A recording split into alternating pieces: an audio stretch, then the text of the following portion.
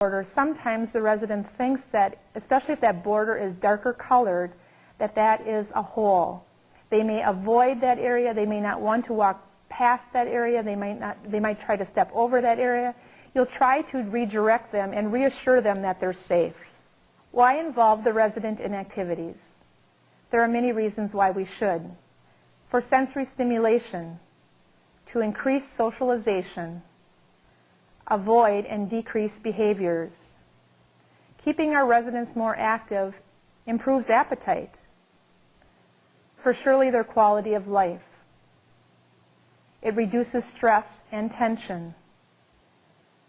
It's more positive and they build new strengths.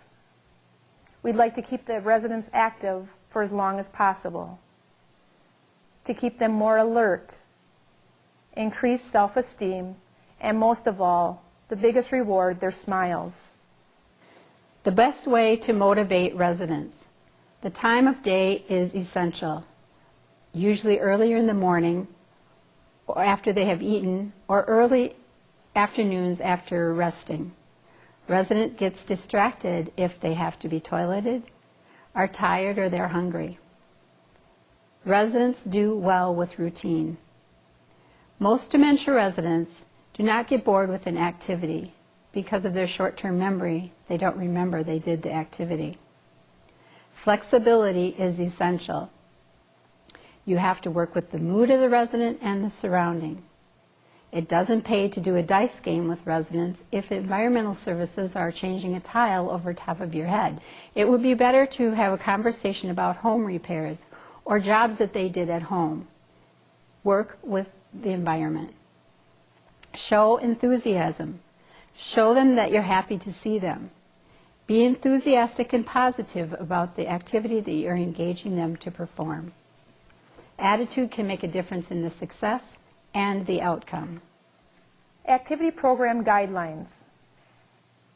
When we're doing an activity with the residents, we'd like to keep it with a one-step direction, keeping it very simple and giving them a lot of time. By giving the resident many directions to do at one time would frustrate them and they may become more confused. When we're doing an activity with the residents, the outcome of the activity is not important, especially like in a craft project. It doesn't matter what color they choose to paint something. It doesn't matter if the project is complete at the end. What is more important is that the resident is having fun doing it. So the process is more important than the outcome. Allow time. Never rush your resident through any activity. Use active and passive activities. And like I had said before, simplify the instruction. 1 to 2 step directions. Giving verbal and visual cues. Limit the time of the activity, keeping in mind that the resident's duration of time to do an activity is probably pretty short. They tire easily distracted.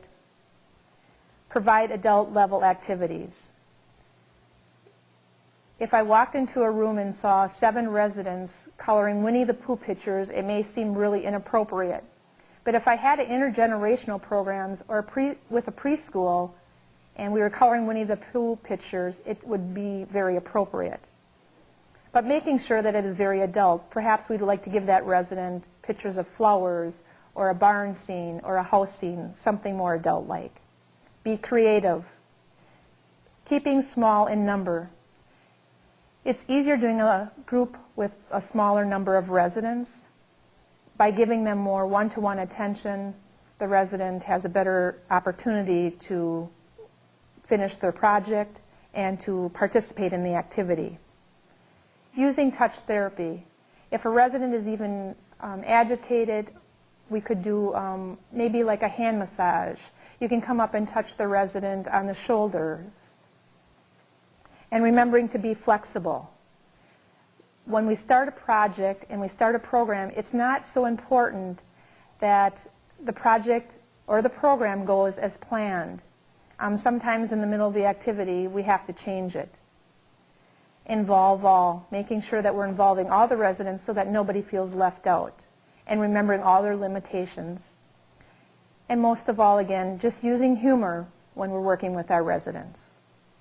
Sundowning refers to agitation and hyperactivity that begins in the mid-afternoon and may worsen into the evening. The resident may be hungry or fatigued or have pain or be fearful. This is the time of day when they feel they should be going home or that family should be coming home. They become fearful when their expectations are not met. Reassure the resident. Engage them in an activity to take their mind off of what's upsetting them. Talk to them about what is upsetting them. For an example, if they're waiting for their children to come home, talk to them about their children, what things they like to do. Did they used to cook? What was their favorite recipe? Redirect the conversation in a subtle way. Try to make the environment quieter, low-key, later on in the afternoon. This may be difficult around meal times, but less disruption will be less behaviors. Try to use music that is soft and relaxing and of their era. Always try to reassure a resident that is having behaviors. Help them feel safe in their space. Cindy and I would like to thank you for giving us the opportunity to speak to you today about activities and hope this information will be helpful to you in your caregiving career.